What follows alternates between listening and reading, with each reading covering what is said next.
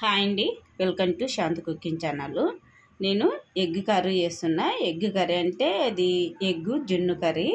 ఇదైతే టేస్ట్ చాలా బాగుంటుంది. మనకి రోటీ లెగ్ కానీ అన్నం లెగ్ కూడా చాలా బాగుంటుంది. మనకి ఎట్లా ఈ ఎగ్ అనేది పన్నీర్ లాగా అనిపిస్తుంది. టేస్ట్ కూడా సేమ్ అట్లా. ఇలా ఒకసారి ట్రై చేయండి, చాలా బాగా వస్తుంది. టేస్ట్ కూడా సూపర్గా వస్తుంది. మనకి దేంట్లోకైనా చాలా బాగుంటుంది అనమాట. రోటీలకైనా సరే అన్నం లేకైనా సరే. ఈ ఎగ్ కూడా మనకి చాలా సాఫ్ట్గా వస్తుంది. పన్నీర్ అయితే ఎట్లా ఉంటుందో సేమ్ అట్లనే వస్తుంది. టేస్ట్ కూడా సూపర్గా ఉంటుంది. ఈ పన్నీర్ ఎగ్ కర్రీ ఎలా చేసుకోవాలో వీడియోలోకి వెళ్ళి చూద్దాం. మీరు ట్రై చేసినట్టయితే లాస్ట్ వరకు చూసి ట్రై చేయండి. చాలా బాగా కుదురుతుంది. టేస్ట్ కూడా సూపర్గా ఉంటుంది. నెక్స్ట్ టైం కూడా ఇలానే చేసుకోవాలి, తినాలనిపిస్తుంది. ఒకటేలాగా తినాలంటే బోర్ వస్తుంది కదా. ఇలా ట్రై చేయండి రకరకాలుగా. వీడియోలోకి వెళ్ళి చూద్దాం. నేనైతే 6 గుడ్లు తీసుకుంటున్నా.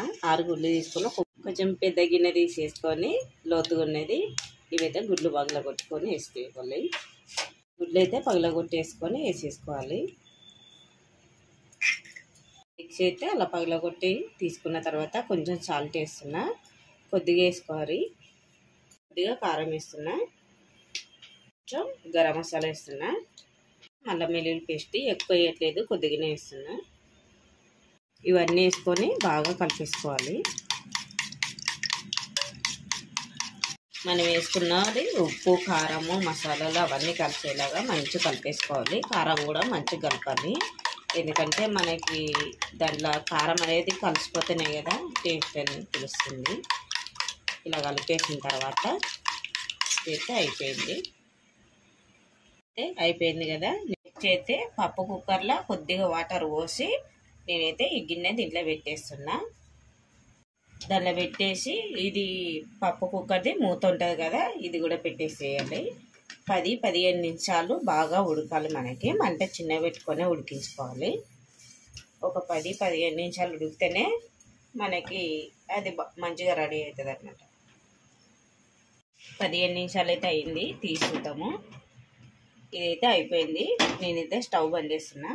అయితే నేను తీసుకున్నాక ఇలా కట్ చేసుకున్న పీసులాగా ఇలా కట్ చేసుకుంటే సరిపోతుంది. మనకి నచ్చిన సైజులో కట్ చేసుకోవచ్చు, ఇంకా చిన్న కూడా కట్ చేసుకోవచ్చు. నేనైతే ఈ సైజులో కట్ చేసిన. ఇవైతే తీసి పక్కన పెట్టేసుకున్నాను. కొంచెం ఆయిల్ వేసుకొని ఇవన్నీ వేసుకొని కొంచెం ఆయిల్లో కొద్దిసేపు ఫ్రై చేసుకోవాలి. మీకు కావాలనుకుంటే నార్మల్గా ఇట్లనే కూడా వేసేసుకోవచ్చు. నేనైతే కొంచెము ఫ్రై చేసుకుంటే బాగుంటుంది టేస్ట్ అన్నట్టు. లైట్గా ఫ్రై చేస్తా ఆయిల్లో కొని ఇది వేసుకొని మంచిగా కలిపేసుకోవాలి, ఫ్రై చేసుకోవాలి. చెప్పాను కదా నార్మల్ ఇట్లనే కూడా వేసుకొని కర్రీ చేసుకోవచ్చు. నాకు కొంచెం ఫ్రై చేస్తే బాగుంటుంది అన్నట్టు ఇలా చేస్తున్నా. ఇవైతే మంచిగా ఫ్రై అయినవి. ఇలా అయితే సరిపోతుంది, మరి ఎక్కువ అవసరం లేదు. ఇప్పుడైతే ఒక ప్లేట్లోకి తీసేసుకుందాము. మంచిగా పెద్దగానే పెట్టుకోవాలి, ఆయిల్ పట్టకుండా. ఇలా ఉంటే సరిపోతుంది, మరి ఎక్కువ అవసరం లేదు. ఇలా ఫ్రై చేసితే పక్కకు పెట్టేసుకుందాము. కడాయి తీసుకొని ఆయిల్ అయితే ఇందాక ఉన్నది కదా, అదే ఆయిలే సరిపోతుంది, మరి వేయాల్సిన అవసరం లేదు. నాకైతే 3 మీడియం సైజు టమాటాలు ఉల్లిగడ్డలు అయితే కట్ చేసుకొని వేసుకుంటున్నాను. నేను చిన్న చిన్న తురిమి వేసుకుంటున్నా, కట్ చేసి వేసుకుంటున్నా. కావాలంటే మీరు మిక్సీ పట్టనే వేసుకోవచ్చు, గ్రేవీ లాగా రావాలనుకుంటే. నేనేమి మిక్సీ పట్టట్లేదు. ఇది గోల్డ్ కలర్ అయ్యేదాకా ఫ్రై చేసుకోవాలి. ఇవి తొందరగా ఫ్రై కావాలంటే కొంచెం ఉప్పు వేయండి, తొందరగా ఫ్రై అవుతుంది. ఉల్లిగడ్డలు ఎప్పుడే కానీ మనకు తొందరగా ఫ్రై కావాలనుకుంటే కొద్దిగా అంతా ఉప్పు వేస్తే తొందరగా ఫ్రై అవుతుంది. ఇది ఒక 4-5 అయితే పచ్చిమిర్చి పొడుగుగా కట్ చేసుకొని వేస్తున్నాను నేను. కొంచెం ఇలా కలర్ చేంజ్ అయినాక కరివేపాకు వేసుకోవాలి. ఇవి వేసుకొని ఇలా ఫ్రై చేసుకోవాలి. ఇది కలర్ అయితే చేంజ్ అయింది కదా, ఈ టైంలో అల్లం వెల్లుల్లి పేస్ట్ వేసుకోవాలి. నాకైతే నేను కొద్దిగా వేసినా కదా, 1 స్పూనే వేస్తున్నా, మరి ఎక్కువ వేయట్లేదు. 1 స్పూన్ అయితే పసుపు వేస్తున్నా. ఇది కూడా వేసుకొని కలిపేసుకోవాలి.